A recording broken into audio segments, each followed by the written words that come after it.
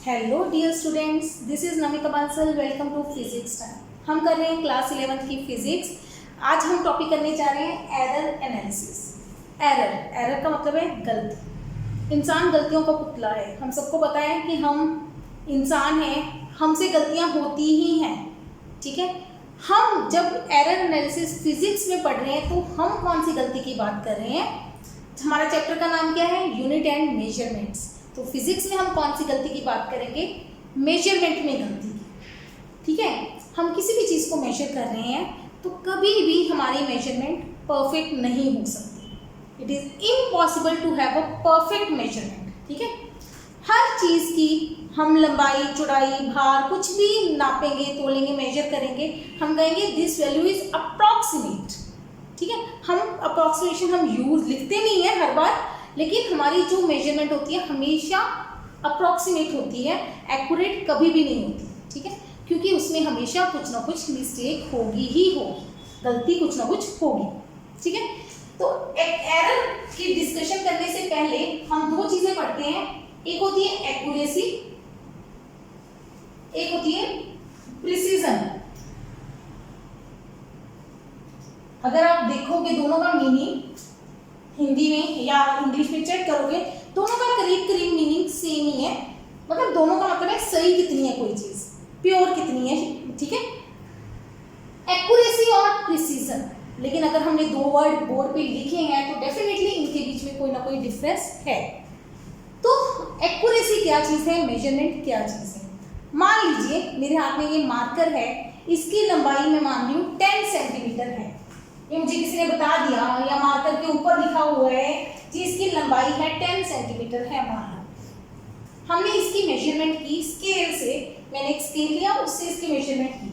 पहली बार मेजरमेंट की तो आई 10.1 सेंटीमीटर, दूसरी बार मेजरमेंट की 10.2 सेंटीमीटर, तीसरी बार मेजरमेंट की 10.0 सेंटीमीटर, फिर एक बार मेजरमेंट की 9.9 सेंटीमीटर, फिर एक बार मेजरमेंट की 10.3 सेंटीमीटर। ऐसी मेजरमेंट्स आ रही हैं मेरे पास। ठीक है, चलिए एक बार ये चीज क्लियर हो गई।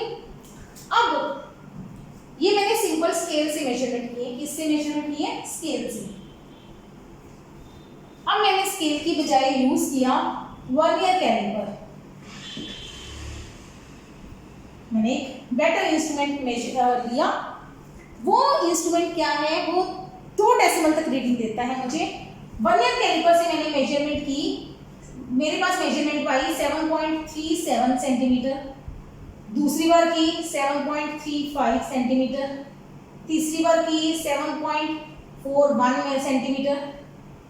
ठीक है, फिर मेजरमेंट की 7.39 सेंटीमीटर, 7.40 सेंटीमीटर। ऐसी रीडिंग्स आ रही है मेरे पास।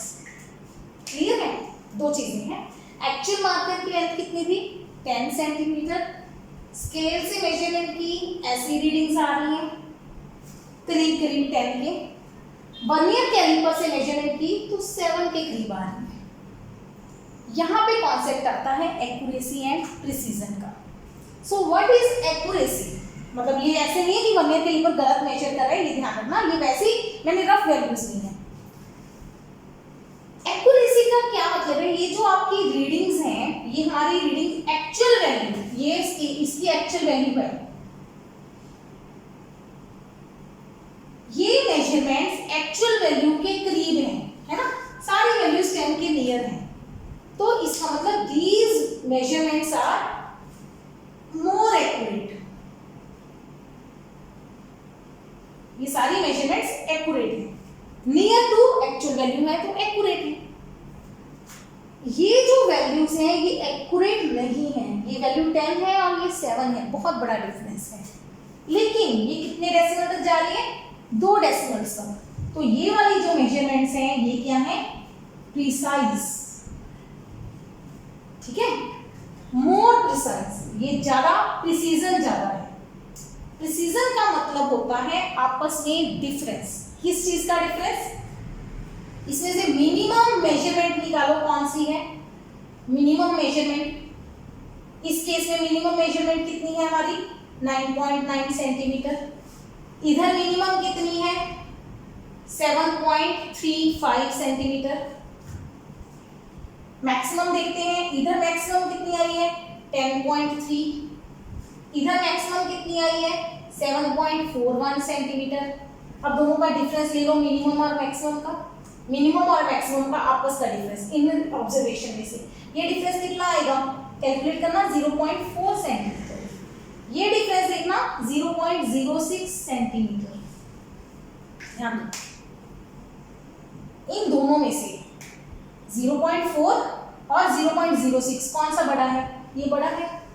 इसका मतलब इस जो मेजरमेंट है इसमें जो आपस में गैप है ऑब्जर्वेशंस का, अलग अलग ऑब्जर्वेशंस का आपस में जो डिफरेंस है वो बहुत ज्यादा है। इस केस में आपस में डिफरेंस बहुत कम है। देखो ये 37, 35, इन दोनों में कितने का डिफरेंस आया 0.02 का, इन दोनों में कितने का आया 0.06 का, इन दोनों में 0.02 का, इन दोनों में 0.01 का। इधर देखो इन दोनों में कितने का डिफरेंस 0.1 का, इधर 0.2 का, इधर 0.1 का, इधर ये 0.4 का। मतलब इधर जो रीडिंग में दो रीडिंग्स में कोई भी दो रीडिंग्स ले सकते हैं आप, उनमें डिफरेंस है जो ज्यादा आ रहा है, इधर वो डिफरेंस आपस में कम है। तो ये वाली रीडिंग जो है, ये वाली रीडिंग जिनका आपस में डिफरेंस ज्यादा है वो एक्चुअल वैल्यू के नियर है, तो more accurate but less precise. इनकी प्रिसीजन क्या है, कम है। प्रिसीजन का मतलब समझे कि ये हमारे पास वैल्यू में वेरिएशन ज्यादा है। प्रिसाइज का मतलब होता है वेरिएशन, प्रिसीजन ज्यादा का मतलब है वेरिएशन कम, लेस वेरिएशन। जितनी प्रिसीजन ज्यादा होगी उतनी वेरिएशन कम होगी। इधर लेस प्रिसाइज है मतलब मोर वेरिएशन है। किसमें मोर वेरिएशन, इंटरनल, आपस में वेरिएशन बहुत ज्यादा है। इधर आपस में वेरिएशन कम है बट रीडिंग एक्चुअल वैल्यू से बहुत दूर है, तो लेस एक्यूरेट है। समझ आई बात। तो ये एक चीज है एक्यूरेसी और प्रिसीजन। कई बार कोई शॉर्ट क्वेश्चन आ जाए कि आपको कुछ set of equations, set of values दिया हो, डाटा दिया हो कि कौन सी वैल्यूज आपकी ज्यादा प्रिसाइज है, कौन सी ज्यादा एक्यूरेट है। जो एक्चुअल वैल्यू के नियर होगी वो एक्यूरेट होगी, जिसमें डेसिमल पॉइंट्स ज्यादा होंगे वो प्रिसाइज होगी। अंडरस्टैंड, ठीक है। चलिए अब पूछ लेते हैं, क्या पॉसिबल है कि रीडिंग आपकी एक्यूरेट भी हो और प्रिसाइज भी हो। यस, अगर यही वैल्यू में 10 पॉइंट कर दूं, 10 पॉइंट सारी, ठीक है, तो हमारी जो ऑब्जर्वेशन है वो एक्यूरेट भी हो जाएंगी और प्रिसाइज भी हो जाएंगी। अंडरस्टैंड। तो प्रिसीजन और एक्यूरेसी में क्या फर्क है, एक्यूरेसी में एक्चुअल वैल्यू से कंपैरिजन देखा जाता है और प्रिसीजन में नंबर ऑफ डेसिमल्स। या प्रिसीजन में क्या देखते हैं, अगर डेसिमल्स नहीं है देखने तो आप देखोगे आपस में कितना फर्क है रीडिंग का। कैसे, एक उनमें से मिनिमम रीडिंग ले लो, एक मैक्सिमम रीडिंग ले लो और उन दोनों का आपस में डिफरेंस देखो। वो डिफरेंस अगर कम हो तो हमारे पास क्या होगा, प्रिसाइज रीडिंग्स। अगर डिफरेंस आपस में ज्यादा हो तो हमारे पास लेस प्रिसीजन होगी। अंडरस्टैंड। चलिए इसको नोट करिए, फिर आगे चलते हैं। अब हम सीख चुके हैं एक्यूरेट और प्रिसाइज क्या है, ठीक है। ना तो एक्यूरेसी एक्चुअल वैल्यू देती है एग्जैक्टली सेम, ना प्रिसाइज वैल्यू हमेशा एक्यूरेट होगी, ठीक है। तो हमेशा हमारी मेजरमेंट में क्या आएगी, कुछ ना कुछ एरर। तो एरर क्या है, व्हाट इज एरर। एनालाइज तो उसको बाद में करेंगे, पहले एरर की डेफिनेशन देखते हैं। It is the difference between actual value, actual जिसको हम ट्रू वैल्यू भी बोलेंगे, and measured value. True value और मेजर्ड वैल्यू के बीच में जो डिफरेंस आएगा उसको हम क्या कहते हैं, एरर। सिंपल सा formula, error is equal to true value minus measure value, ठीक है, बिल्कुल सिंपल। मुझे इसकी मार्कर की लेंथ पता है 10 सेंटीमीटर है, मैंने इसकी लेंथ मेजर की, मेजरमेंट आई मेरे पास, एक्चुअल लेंथ थी 10 सेंटीमीटर, मैंने मेजर की 9.9 सेंटीमीटर, तो मेरे पास एरर आ गई 0.1 सेंटीमीटर। ये तो सिंपल सी चीज़ है, ये तो कॉन्सेप्ट क्लियर है हमें। प्रॉब्लम क्या है, अगर हमें ट्रू वैल्यू पता ही थी, अगर इसकी लेंथ मुझे 10 सेंटीमीटर पता ही है, तो मुझे मेजर करने की ज़रूरत क्या है ना? क्यों मेजर कर रही हूँ मैं? एक्चुअली में मोस्ट ऑफ टाइम हम मेजरमेंट कब कर रहे हैं, जब हमें एक्चुअल नहीं पता। True value is not known, हमें जनरली ट्रू वैल्यू नहीं पता होती किसी चीज की, ठीक है। ट्रू वैल्यू नहीं पता है तभी तो हम उसको मेजर कर रहे हैं, ठीक है। नॉर्मली हमें ट्रू वैल्यू नहीं पता होती, तो क्या करें? तो एरर कैसे निकालेंगे अगर हमें ट्रू वैल्यू ही नहीं पता? जब हमारे पास ट्रू वैल्यू नहीं है, देन हम क्या करते हैं? वी मेक मेनी मेजरमेंट्स, हम बहुत सारी मेजरमेंट करेंगे, इसकी लेंथ की बहुत सारी मेजरमेंट करेंगे, एक मेजरमेंट नहीं करेंगे, ठीक है। हम 15-20 जितनी भी मेजरमेंट चाहो वो मेजरमेंट करेंगे हम। We will take n measurements, n कितना भी नंबर हो सकता है, डिपेंडिंग अपॉन आपको कितनी एक्यूरेट वैल्यू चाहिए, उसके हिसाब से आप मेजरमेंट्स लोगे। जितनी ज्यादा नंबर ऑफ मेजरमेंट्स लोगे उतनी ही हम कहेंगे हमारी बढ़िया वैल्यू आएगी, अच्छी वैल्यू आएगी, ठीक है। More the number of measurements, जितनी ज्यादा मेजरमेंट उतनी हम एक्चुअल वैल्यू के पास होते जाएंगे। एंड पहले हम बहुत सारे मेजरमेंट्स लेंगे, देन मीन वैल्यू, तो उनका मीन लेंगे, इज कंसीडर्ड ट्रू वैल्यू। तो मीन वैल्यू को हम क्या लेते हैं? True value. क्या मतलब? हम किसी चीज को मेजर कर रहे हैं, ए को मेजर कर रहे हैं, पहली बार में मेजरमेंट की A1, दूसरी बार मेजरमेंट की A2, जैसे वही लेंथ की मेजरमेंट मैंने लिखवाई थी आपको A3, ऐसे करके हमने n मेजरमेंट की AN, हमारे पास n लॉन्ग मेजरमेंट्स की लाइन आ गई। देन हमारी जो ट्रू वैल्यू होगी, ट्रू या इसको हम बोलते हैं एक्चुअल, और तीसरा इसका नाम है, अब हम लेंगे मीन वैल्यू। तो हमारी जो ट्रू वैल्यू है, मैं यहाँ पे डेफिनेशन भी चेंज करूंगी, it is difference between actual true और मीन वैल्यू, ठीक है। तो मीन वैल्यू AM लिखते हैं, मीन एवरेज, या इसको A की बार भी लिखा जाता है, कई बुक्स में बार लिखा होता है, बार डाल के A की पावर, A के ऊपर बार। तो मैं मीन कैसे निकालते हैं? A1, सारी मेजरमेंट्स जितनी भी आपने की हैं उनको ऐड कर दो, divided by number of terms, n से डिवाइड कर दो, तो हमारे पास आ जाती है मीन वैल्यू। पहला कॉन्सेप्ट समझ आ गया, मीन वैल्यू। अब हमने निकालनी है एरर, तो एरर क्या होगी हमारी? पहले हम मीन वैल्यू निकालेंगे, तो एरर को लिखते हैं हम डेल्टा A से। तो एरर क्या होगी? Mean value minus measured value, ये हमारी फर्स्ट रीडिंग की एरर आ गई।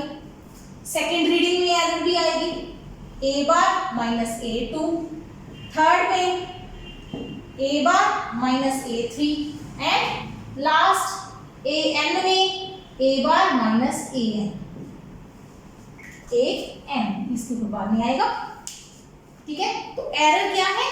डिफरेंस बिटवीन एक्चुअल वैल्यू, या एक्चुअल नहीं पता तो मीन लेंगे, मीन वैल्यू और मेजर वैल्यू का डिफरेंस, सिंपल। मीन लेके उसमें से हर मेजरमेंट सब्ट्रैक्ट करते जाओ, आपके पास डिफरेंट एरर्स आती जाएगी, और इसी एरर का नाम है एब्सोल्यूट एरर। इसी को हम क्या कहते हैं? एब्सोल्यूट एरर, ठीक है। उसके बाद हम लेते हैं सेकंड एरर,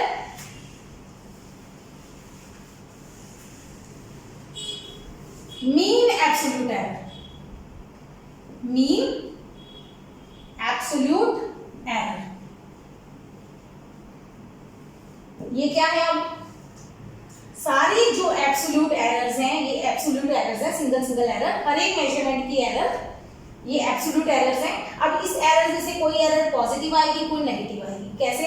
मान लो आपके पास फर्स्ट मेजरमेंट है 10.0, दूसरी मेजरमेंट है 10.1, तीसरी आई 10.2, फोर्थ आई 9.9, फिफ्थ आई 9.8। मेरे पास ये 5 मेजरमेंट है। अगर हम इनका एवरेज लें, एवरेज कैलकुलेट करो, कितना बनेगा, it comes out to be 10.0।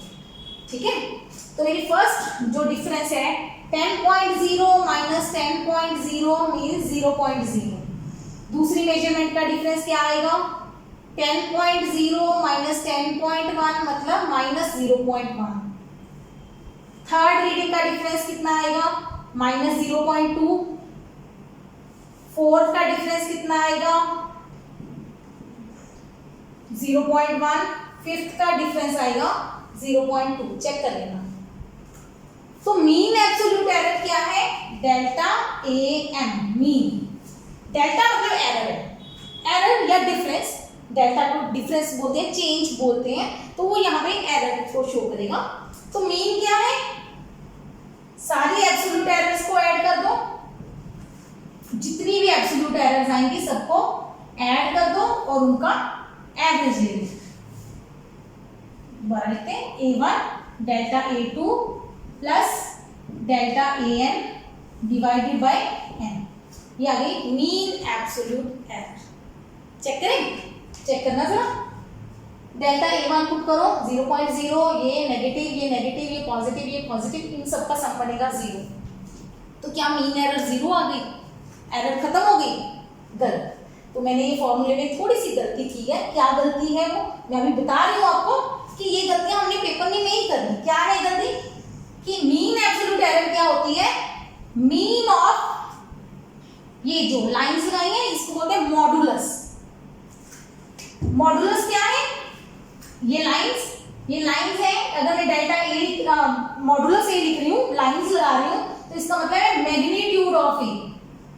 Magnitude of A, magnitude का मतलब है आपने पॉजिटिव नेगेटिव नहीं लेना, ना पॉजिटिव नंबर ना नेगेटिव नंबर। नेगेटिव नहीं लेना कहने का मतलब, पॉजिटिव तो हर एक नंबर ही होता है, नेगेटिव नहीं लेना।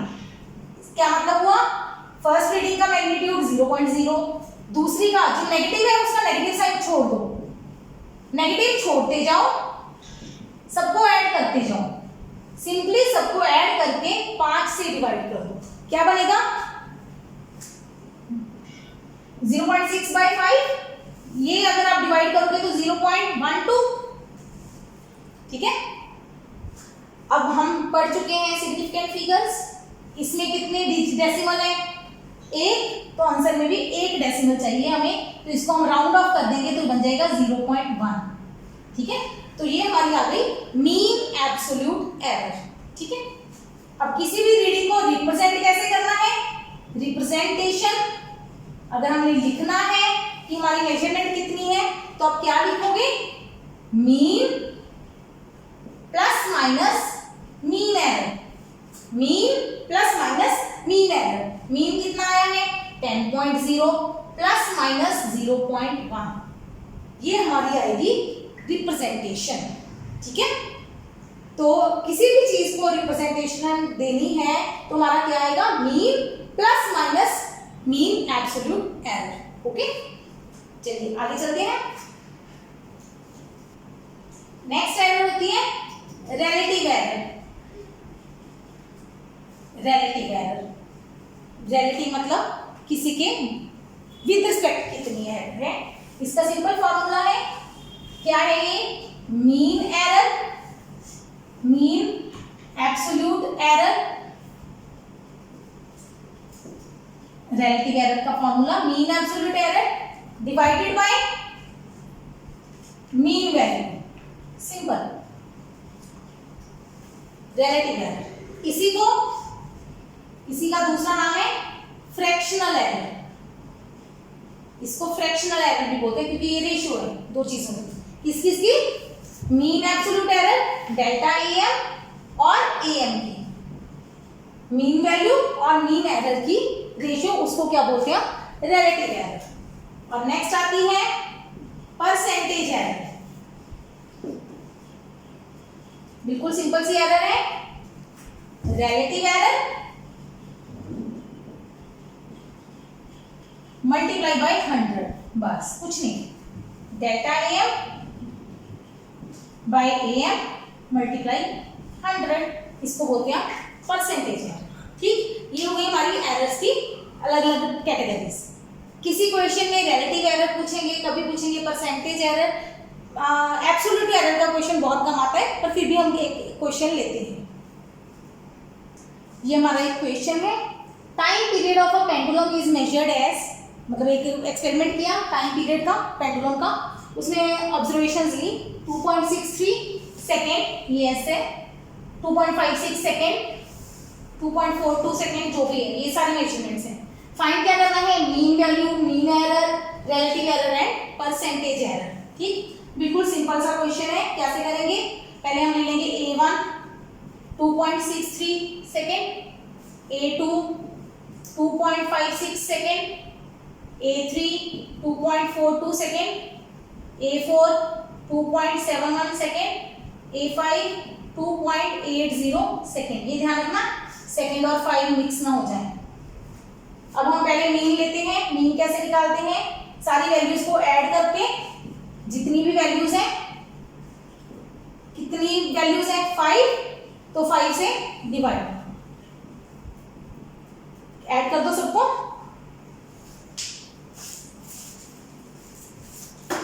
2.63 प्लस 2.56, 2.63 प्लस 2.56, 2 प्लस 2.71 प्लस 2.80, ये आ रहा है 1.312 डिवाइडेड बाय 5। सॉल्व करेंगे 13.12, 5 2 10, 5 6 30, 5 2 10, 5 4 20। ठीक, ये आएगा हमारा exact divided by 5। Cross check कर लेते हैं, यस 2.624 सेकेंड। ओके, अब ध्यान रखना हमारी रीडिंग्स कितने सिग्निफिकेंट फिगर ऐड कर रहे हैं, तो हम देखेंगे रूल डेसिमल्स का। कितने डेसिमल्स हैं, 2। आंसर में कितने डेसिमल्स हैं, 3। ये तो गलत हो गया, सिग्निफिकेंट फिगर याद रखना है यहाँ पे रूल। तो कितने सिग्निफिकेंट फिगर चाहिए हमें, सिर्फ 2 चाहिए। तो इसका मतलब ये नेक्स्ट डिजिट देखेंगे 4 है, 5 से छोटा है, तो छोड़ देंगे 2.62 सेकेंड। ये हमारी आ गई मीन वैल्यू। फर्स्ट क्वेश्चन हो गया। अब लेंगे मीन एरर। मीन एरर कैसे निकालेंगे, पहले की एरर निकालेंगे डेल्टा A1। कैसे, मीन माइनस फर्स्ट रीडिंग, 62 में से 63 माइनस करेंगे, minus 0.1 second, 0.01 second. Second reading का डिफरेंस देखेंगे, 62 में से 56 गया, 0.06 सेकेंड। थर्ड का 0.20 सेकेंड। फोर्थ की 41, 71 और 62 बन जाएगा, माइनस 0.09 सेकेंड। और फिफ्थ की रीडिंग का डिफरेंस हो जाएगा माइनस 0.18 सेकेंड। ठीक है, इस तरह से 5 डिफरेंस आ जाएंगे। फिर हमें लेनी है mean absolute error, second point. Second, ये फर्स्ट है हमारी। मीन एरर कैसे निकालेंगे, इन सबके मैग्नीट्यूड, मतलब पॉजिटिव साइन लेने हैं। 0.20, 0.09, 0.18 डिवाइडेड बाय 5।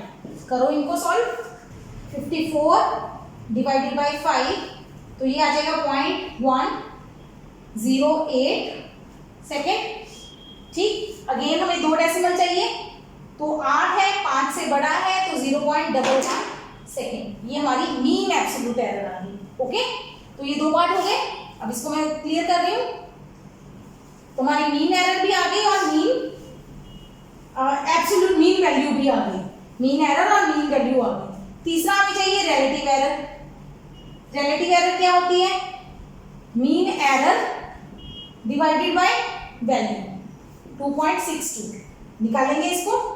अब ध्यान देना, जहां तक मैंने सेकंड लिखा था, जब दोनों को डिवाइड करोगे, ऊपर भी सेकंड है, नीचे भी सेकंड, सेकंड कट जाएंगे, तो रिलेटिव एरर के कोई भी यूनिट्स नहीं आएंगे कभी भी। 0.11 डिवाइडेड 2.62, तो ये आंसर आ रहा है आपका 0.04। 2 डेसिमल तक लेंगे हम इसको। ठीक है, परसेंटेज एरर क्या होती है, रिलेटिव एरर मल्टीप्लाई 100, तो बस 0.04 को 100 से मल्टीप्लाई कर दो, तो 4%। This is the final answer. समझ आया? तो ये 4 क्वेश्चन थे हमारे, सिंपल सा क्वेश्चन जिसमें हमने सारी टाइप की एरर निकाल देनी है। ओके, इस तरह के इजी क्वेश्चन कर लेना, बट इतने इजी क्वेश्चन नॉर्मली पेपर में नहीं पूछे जाते। पेपर में इससे आगे क्वेश्चन आएगा, जब आप 2 मेजर्ड क्वांटिटीज को ऐड या सब्ट्रैक्ट या मल्टीप्लाई करते हो तब एरर में क्या होता है, वो हम करेंगे नेक्स्ट लेक्चर में। अभी हम करते हैं टाइप्स ऑफ एरर। एरर्स को 2 पार्ट्स में डिवाइड किया जाता है, सिस्टेमेटिक और रैंडम। एरर को 2 पार्ट्स में क्लासिफाई किया जाता है, सिस्टेमेटिक और रैंडम।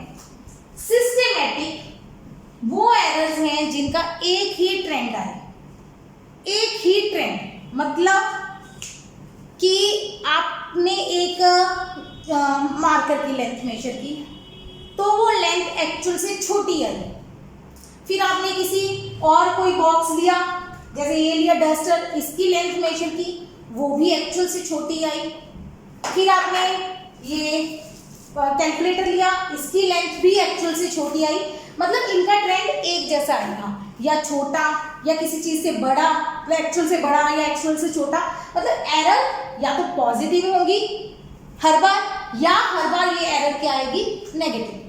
इस तरह की एरर सिस्टम से चलती हैं, एक जैसी एरर आएगी तो उसको बोलते हैं हम सिस्टेमेटिक एरर। ये सिस्टेमेटिक एरर्स होती हैं, ये होती हैं रेगुलर मैनर, एक ही तरह की आती हैं, मतलब सिंपल वे में एक ही तरह से, या तो सारी पॉजिटिव आएंगी हमेशा, या हमेशा एरर नेगेटिव आएगी। एक ट्रेंड, रेगुलर ट्रेंड होएगा इसका, ठीक है। इट, क्योंकि इसका रेगुलर ट्रेंड है तो इसको हम क्या कर सकते हैं, एलिमिनेट कर सकते हैं, हम इसको रिमूव कर सकते हैं। कैसे? करेक्शन में जाके हमें पता चल गया कि हमारी लेंथ हर बार 1 सेंटीमीटर कम आ रही है, ठीक है। इसकी अलग अलग टाइप्स पढ़ाती हूँ अभी, पर पहले सोचो हमारे पास हमेशा लेंथ 1-1 सेंटीमीटर कम आ रही है, हमें पता चल गया। पहले हम उन चीज़ों की लेंथ मेजर करेंगे जो हमें पता है, एक्चुअल पता है जिनकी।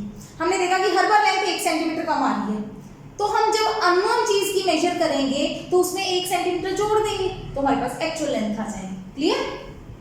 जैसे हमारा वेइंग स्केल है, ठीक है, मान लीजिए हमारा मतलब हमने एक इसका भार तोला, वो आया 100 ग्राम, लेकिन एक्चुअली इसका भार है 110 ग्राम, ठीक है। तो इसका मतलब वो 10 ग्राम कम शो कर रहा है। फिर मैंने मार्कर का करके देखा, मार्कर का एक्चुअल है 50 ग्राम, वो दिखा रहा है 40 ग्राम, इसका मतलब मार्कर का भी मतलब 10 ग्राम कम दिखा रहा है। तो इसका मतलब अगर मैंने किसी और चीज़ का भार तोड़ना है, वो भार आया है 500 ग्राम, तो इसका मतलब एक्चुअल उसका भार कितना होगा, 510 ग्राम। समझ आ गई? तो इस तरह के एरर्स को बोलते हैं सिस्टेमेटिक एरर, जो एक ही ट्रेंड में जाती है और उनको हम खत्म कर सकते हैं। रैंडम,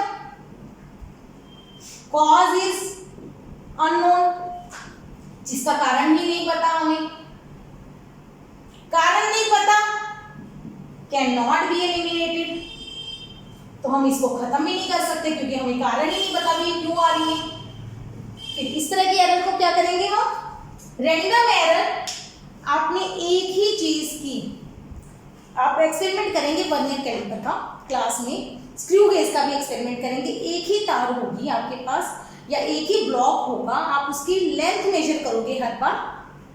एक ही स्टूडेंट एक ही इंस्ट्रूमेंट से एक ही बॉडी की लेंथ बार बार मेजर करेगा तो आपकी रीडिंग में स्लाइट वेरिएशन आएगी। कभी कभी वेरिएशन वो क्यों आ रही है नहीं पता, आएगी लेकिन, ठीक है। इसका मतलब वो कौन सी एरर है, रैंडम एरर, जिसका हमें कारण नहीं पता, ठीक है। तो इस तरह की एरर को हम खत्म नहीं कर सकते, कोई करेक्शन नहीं लगा सकते। कभी ये एरर पॉजिटिव आएगी, कभी नेगेटिव आएगी, कभी वैल्यू बढ़ जाएगी, कभी कम हो जाएगी, कुछ भी होता रहेगा। तो इस तरह की एरर को हम मिनिमाइज कर सकते हैं। इट कैन बी मिनिमाइज्ड, खत्म नहीं हो सकती पर कम हो सकती है। कैसे? By taking large observations, large number of observations. मतलब आप नंबर ऑफ ऑब्जर्वेशंस बढ़ा लो तो आपकी ये रैंडम एरर कम हो जाएगी। बहुत ज़्यादा ऑब्जर्वेशन ले लो, उनके एवरेज लोगे, मतलब एक तो आपने ली 2 ऑब्जर्वेशन, उनका एवरेज लिया, फिर आपने 10 ऑब्जर्वेशन ली, उनका एवरेज लिया, तो 10 ऑब्जर्वेशन वाली आपकी जो वैल्यू होगी वो बेटर होगी, क्योंकि उसमें रैंडम एरर कम हो जाती है। ठीक, अब आते हैं सिस्टमैटिक एरर पे। सिस्टमैटिक में हम 3 तरह की एरर पढ़ते हैं। कौन कौन सी? फर्स्ट होती है इंस्ट्रूमेंटल एरर, जो मैंने पहले बताया है आपको। इंस्ट्रूमेंटल एरर कौन सी? भी हर बार इंस्ट्रूमेंट आपको गलत रीडिंग दे रहा है। कई बार क्या होती है, हमारा स्केल है सिंपल, ये 0 होती है स्केल की। कई बार क्या होता है, ये 0 वाला पार्ट, इतना स्केल टूट गया, ठीक है, यहां से 0 है ही नहीं, तो हम क्या करेंगे, हम 0 की बजाय यहां से रीडिंग नोट करनी शुरू कर देंगे और जो एक्स्ट्रा पार्ट है उसको रिमूव कर देंगे। ठीक, तो ये हो गई इंस्ट्रूमेंटल एरर, जिसको हम रिमूव कर सकते हैं। मतलब आपके इंस्ट्रूमेंट में प्रॉब्लम है किसी भी तरह की, इंस्ट्रूमेंट हर बार गलत रीडिंग दिखा रहा है, तो इस तरह के इंस्ट्रूमेंट को, इस तरह की एरर को हम बोलते हैं इंस्ट्रूमेंटल एरर, जिसमें आती है इंस्ट्रूमेंटल की 0 एरर, जो वर्नियर कैलिपर में आपको डिटेल में सिखाया है मैंने। ठीक है, तो इस तरह की एरर को हम करेक्शन लगा के रिमूव कर देंगे। सेकेंड एरर आती है इसमें पर्सनल एरर। पर्सनल एरर मतलब पर्सन की वजह से। पर्सन की वजह से कैसी एरर आती है? हमें जो रीडिंग लेनी होती है, जब भी आपने कोई ऑब्जर्वेशन लेनी होती है, हमें अपनी आईज के लेवल तक लेके बिल्कुल, या फिर ऐसे देखते हुए बिल्कुल ऊपर देखते हुए रीडिंग नोट करनी होती है। अगर आप रीडिंग लेफ्ट से देखोगे या राइट से देखोगे तो रीडिंग में फर्क आएगा। ठीक है, अगर आप कोई इंस्ट्रूमेंट की रीडिंग लेफ्ट या राइट से नोट करोगे तो रीडिंग में फर्क आएगा। ये सिंपल आप स्केल में, क्लॉक में देख सकते हो। क्लॉक पे आप बिल्कुल एक जगह पे सेट कर लो क्लॉक को, क्लॉक की नीडल को। आप लेफ्ट से देखो तो आपको सुई है, जो नीडल है वो राइट में दिखेगी। आप राइट में होके देखो तो वो आपको नीडल लेफ्ट में दिखेगी। नंबर में फर्क आएगा। कैसे बना के समझाती हूँ। ये मेरे पास एक स्केल है, ये क्लॉक है, ये 12 नंबर है, ये ऐसे नीडल्स हैं। ठीक है, ये पॉइंट्स हैं, मार्क्स हैं। ये मेरे पास वो है, कोई भी हैंड है, कोई भी मिनट हैंड, सेकंड हैंड है, सेकंड वाली सुई है। अगर मैं इधर से देखूंगी ना तो मुझे लगेगा ये सेकंड वाली सुई इस पॉइंट पे है। अगर मैं यही इधर से देखूंगी तो मुझे लगेगा ये सेकंड वाली सुई इधर पे है। अगर मैं सेंटर से देखूंगी तो सेकंड वाली सुई यहाँ पे लगेगी। मतलब तीनों पॉइंट्स अलग लगा के सेकंड वाली सुई के लिए। तो ये मेजरमेंट जो किसकी गलती है? पर्सन की, क्योंकि वो सामने से नहीं देख रहा। तो इस तरह की एरर को बोलते हैं पर्सनल एरर। पर हमें इसका कारण पता है, इसको हम एलिमिनेट कर सकते हैं। तो ये कौन सी एरर हुई? Systematic error. मतलब कुछ पर्सन होते हैं हमेशा ऐसे गर्दन मोड़ के रीडिंग नोट करते हैं, ये उस तरह की रीडिंग्स में एरर आती है। ओके, तो ये होगी हमारी पर्सनल एरर, इसको भी हम रिमूव कर सकते हैं। और थर्ड एरर इसमें आती है नेचुरल एरर। नेचुरल एरर मतलब नेचर की वजह से। एक पेंडुलम, प्रोजेक्टाइल सुना है? प्रोजेक्टाइल,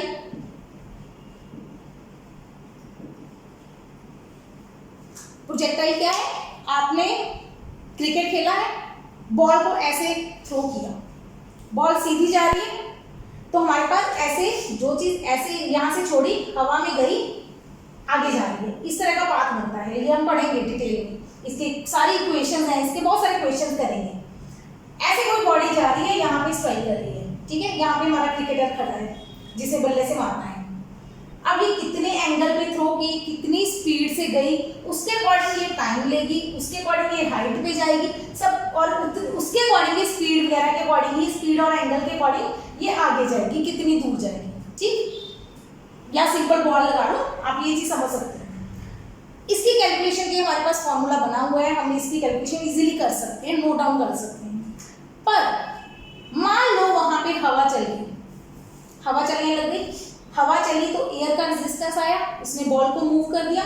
बॉल एक्चुअल में यहाँ आने की बजाय साइड में चली गई, किसकी वजह से? हवा की वजह से। तो ये आ गया नेचुरल एरर। ठीक है, जो हम प्रोजेक्टाइल की इक्वेशंस बनाते हैं वो हम बनाते हैं बिना एयर के, एयर रेजिस्टेंस को निग्लेक्ट करके। लेकिन हमें पता है कि हवा का भी असर आएगा, तो हम उसकी करेक्शन लगा सकते हैं। करेक्शन लगा सकते हैं तो ये हमारी हो गई नेचुरल एरर, क्योंकि हम इसकी करेक्शन लगा सकते हैं तो ये बन गई सिस्टमेटिक एरर। ठीक है, इसके एक और एग्जांपल लेते हैं। आपने ओम्स लॉ पढ़ा होगा 10th क्लास में। I is proportional to V.